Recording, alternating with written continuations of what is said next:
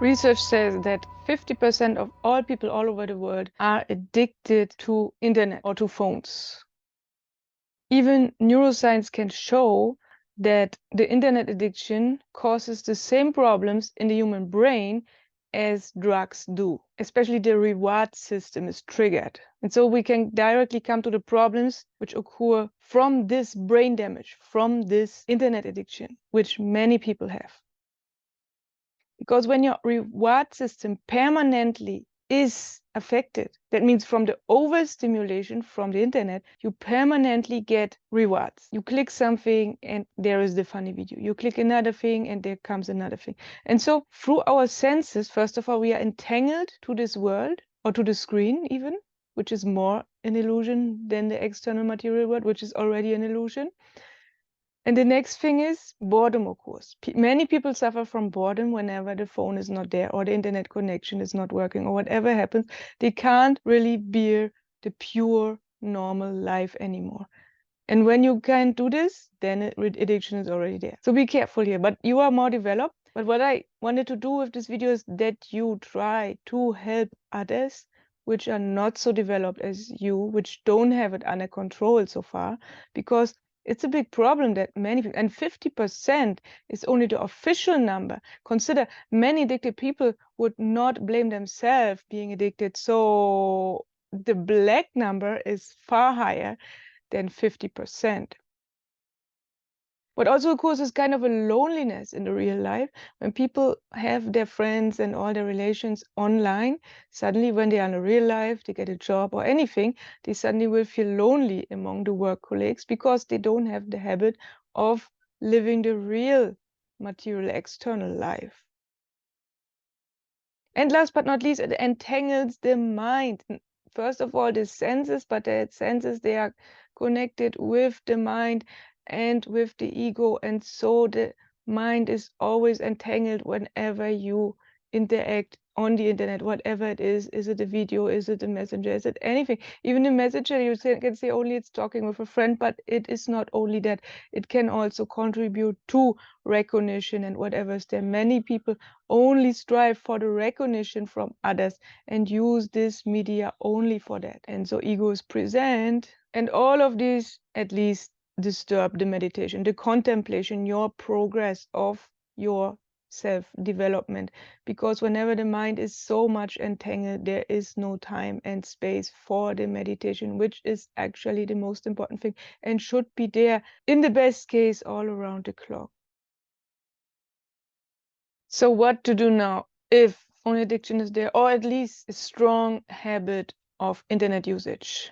The first thing is actually split it in two versions, one for beginners and one for advanced developed people. For beginners who are new on this channel, I can recommend only to switch off your pop-ups on the phone. There are some options anywhere where you can switch off for each single app. And I recommend to do it for all apps, which are not really necessary for your job or for something, but actually what can be so important that it disturbs your meditation, your way to enlightenment. So basically, the best thing is switch off all of the pops. For the more developed ones, I can recommend to not switch off the pops, instead to do the opposite and to learn to ignore the pop-ups. That means still the pop-ups come, and you just have the phone is there, but you don't avoid it consciously with popping up. You have it under control. You hear a pop, you don't look at the phone. Or even if you have the phone already in the hand, because, for example, you are looking at a video like that, it's no problem. Pop-ups come, you see them even and hear them, but still you don't react. And it's a training. It's a very good training when you still can bear it when the pops come and you don't react. So you are already developed. The second aspect is to go on withdrawal. That means stop it. Stop phone addiction or that strong habit of phone usage. Just do it, even if there is suffering. Don't replace it with anything. Just go out in the nature or clean your house, do anything very natural, very independent from internet or from digital media. Just do something very slightly, very pure. It can happen that you suffer 1 or 2 days, that there is even a feeling or emotion of anger for some people. For others, it is more sadness, which arises only because there is the lack of a habit, which is when you consciously make the choice to throw the phone and to not use it for 1-2 days. And I guarantee you, when you then use it after 2-3 days, you will love it even more. What I do, for example, is to use it only every second day, every 30. But for me, it's no problem. It's no habit or no addiction. The dark night of the soul, which I suffer from, automatically canceled my interest in these things. Even for 10 years, I was not interested in internet or something. Suddenly, only I found my purpose, and then I started to use all these things again from new. But at the very beginning of the dark night of the soul, I was not interested in internet anymore. So the dark night of the soul can even be very helpful on this place for you.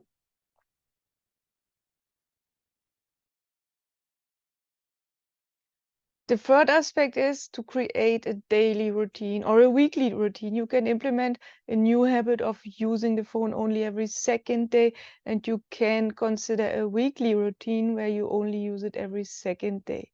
And all other things, you will see there is a pure life, even beyond enlightenment, even the duality, the ordinary life. There is enough beyond the phone. There are enough things to do, as we know, cleaning, working. There are so many things.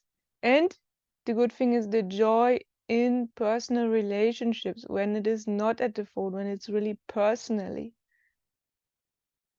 15, 20 years ago, people knew that when they had a good relationship with someone, but nowadays everyone is only hanging on the phone.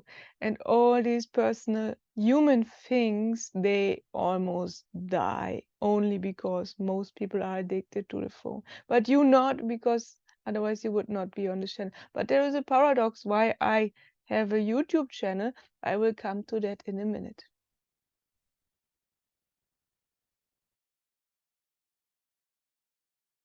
And the fourth aspect is meditation. Meditation for a few years maybe went very well, almost automatically. You just started with meditation and automatically the inner energy arises, or vibration, or whatever is there for you, inner peace, and all the results were there. And then it can happen that it blocks after a period of time. But then you have consciously again to continue with meditation, even if there are no results, but results will follow.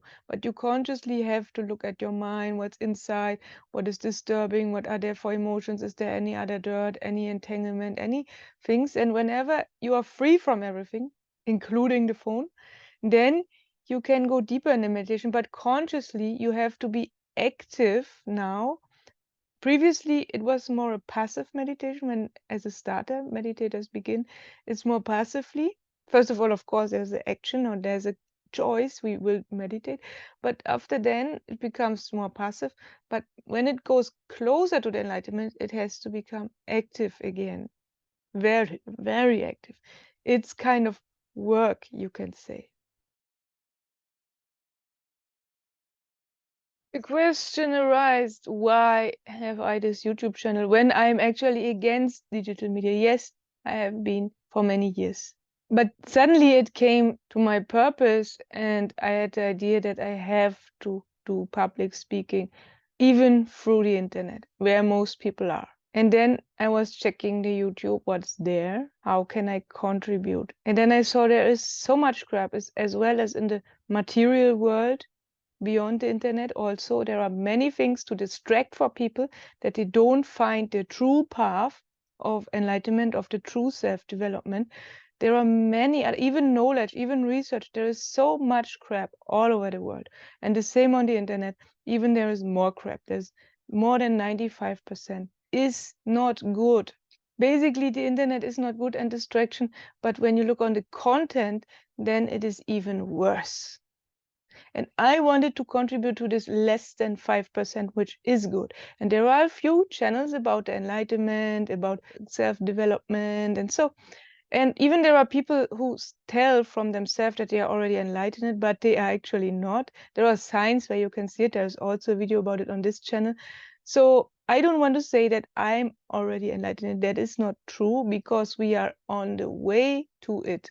We are on the spiritual awakening path, only because there were a few insights. That can't be that you are already absolutely full awakened only from having few insights. That's not enough, because insights is still for thinking for the mind. Now the mind is even more intelligent, knowing about higher truths, but that doesn't mean already that we have switched off the mind, because it is still there, and it's still, we have to consider how to switch it off. And how could I contribute? Contribution is not easy, because when there are many channels about enlightenment, even from people who tell they are actually, but they are not, or people who are on the path to it and are telling open that they are not enlightened yet. But still, it would be the same when I offer the same. So what have I now different than the other channels? The difference is the opposite. I'm talking about the meditation blocks, the problems we have on the way to the higher consciousness. And for some people, it's even worse. Some people suffer from the dark night of the soul, which is the phase which appears before the enlightenment. And there are other problems, that society rejects you, you lose friends, the isolation appears, many things which come with the dark night and where people suffer from. And this channel is about exactly this negative aspects on the way to enlightenment, but it's not against the enlightenment, but instead problems which occur on this path to the enlightenment. And some of the problems are caused by the phone. And that's why I say now, throw your phone. Have a nice day. See you soon. Bye.